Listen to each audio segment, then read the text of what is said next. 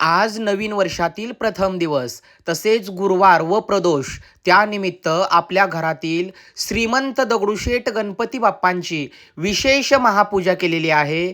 त्यांना बेल, चाफ्याची फुलं, गुलाबाची फुलं, हार हे सर्व अर्पण करून घेतलं. त्यानंतर आपण गणरायांची महाआरती करून घेत आहोत. ओम एकदंताय विद्महे वक्रतुंडाय धीमहि तन्नो दंती प्रचोदयात.